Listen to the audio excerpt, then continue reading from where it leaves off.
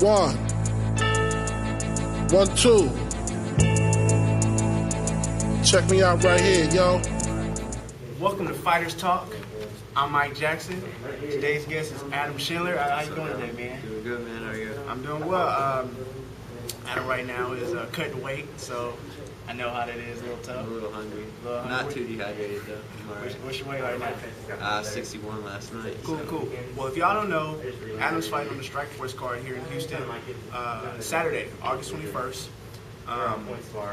Tell us a little bit about your background. Well, I started out wrestling. I was 5 years old, or 6 years old in West Virginia. I grew up in West Virginia. I was a two-time high school state champ. I was an A national champ growing up. And I wrestled my whole life. And then I was in the military in Providence, Texas. I started MMA when I didn't wrestle competitively for 5 years, and I started MMA at the age of 24. Cool. So Saturday, you're fighting Kyrgyz out of Bushiman. Right.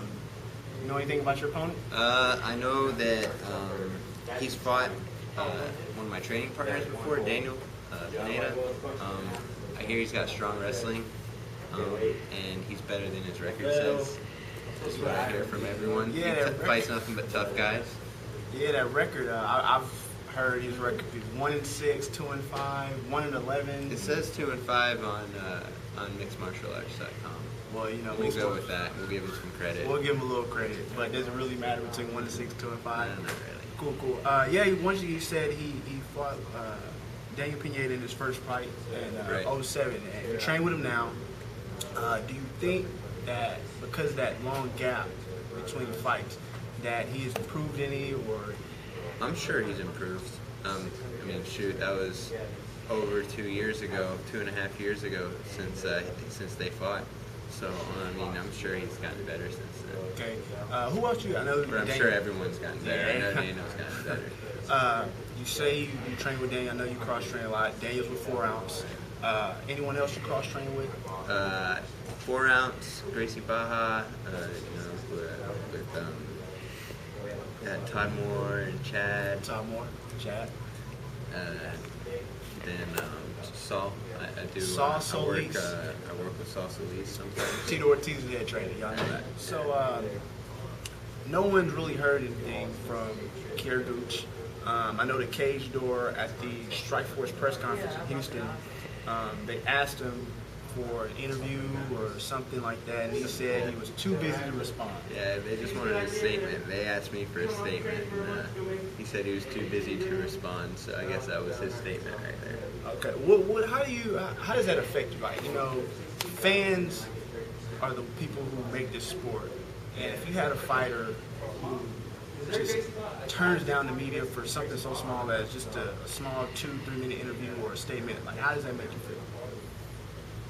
I mean, it doesn't make me feel any different because I know that's not me. I mean, I like to, the exposure and talking, giving fans things. As y'all know, Mike Jackson loves exposure. He handles the media very well, hence the new show. You handle the media well. Let's change it up a little bit. Talk about your last fight, which was in Bellator. Now, Bellator on my radar will probably be the number 3 promotion in the U.S. Right? It seems like you're moving up now. You're going from number 3, and they say Strikeforce is number 2.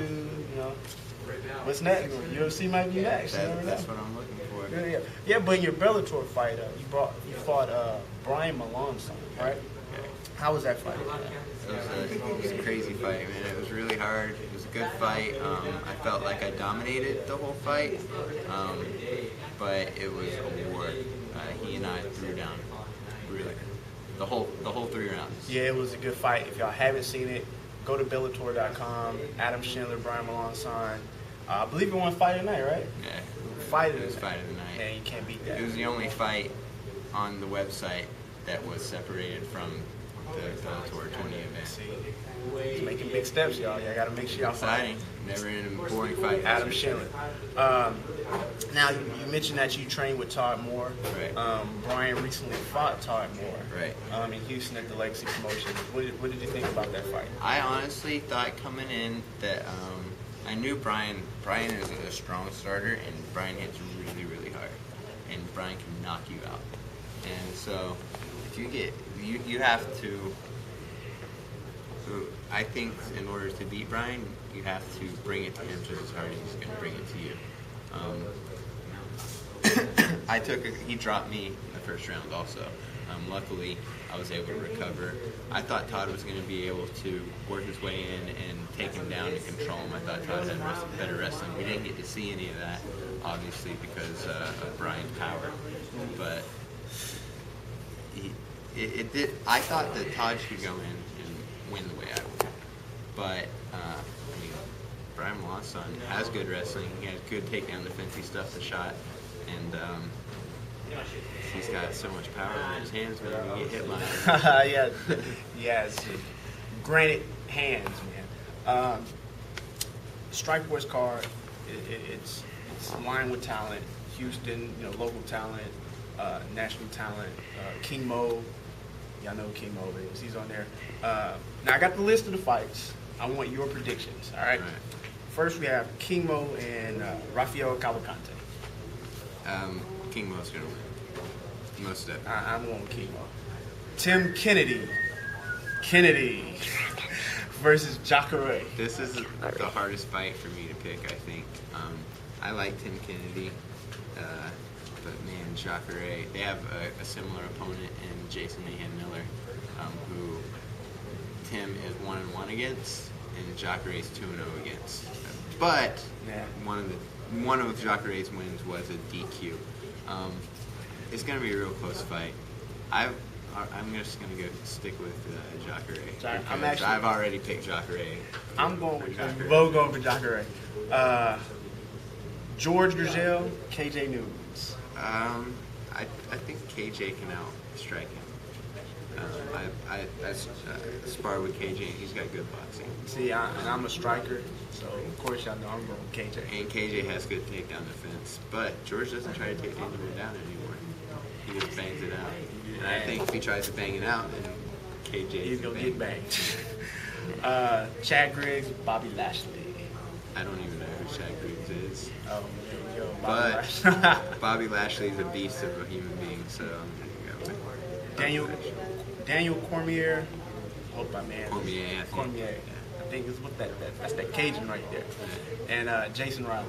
I'm going to go with Cormier. I just saw him. I've heard about him before. He's a good wrestler.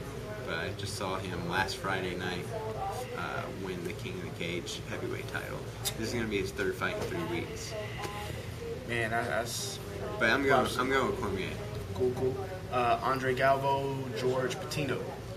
I'm going to go with Galvo. I don't know either guy, so... I don't know Patino, but I know Galvo has some of the sickest jiu-jitsu in the world. He's been the world champion in the absolute division, and he weighs 180. He fights 170. Cool. So he's beating big guys, big black belts too. Oh, tough. Rocky Long, Draculino. We in the Houston realm now. I'm gonna go with my fellow Gracie Baja. Gracie Baja, we represent, baby. We deep in go there. with Draculino on that. Going Drac. This is a good one. Jose Santibanez. Yeah, I messed your name up, dude. Sorry. Versus Rachel Healy. I'm going with Jose. Jose is Daniel's brother. And Daniel just beat up Ray. Daniel? And he's the little brother. What's up, Daniel? And then Jose is a big brother, and I think he's going to go 0-2 against that family. All right, now this one is real close to home. Humberto De Leon and Chad Robo. All day. That was the easy pick. Chad Cook and the Machine Gun. What's up, Chico? You know what? I'm gonna go with the Machine Gun. You going to da-da-da-da-da-da, Machine Gun. Look at shit, man. Thanks for coming out. Representing Fighters Talk. It's a new show. Yes, sir. Make sure y'all go to MikeTheTruth.com. We're going to be posting future episodes, stuff like that. Good luck Saturday. Thanks, bro. See y'all later.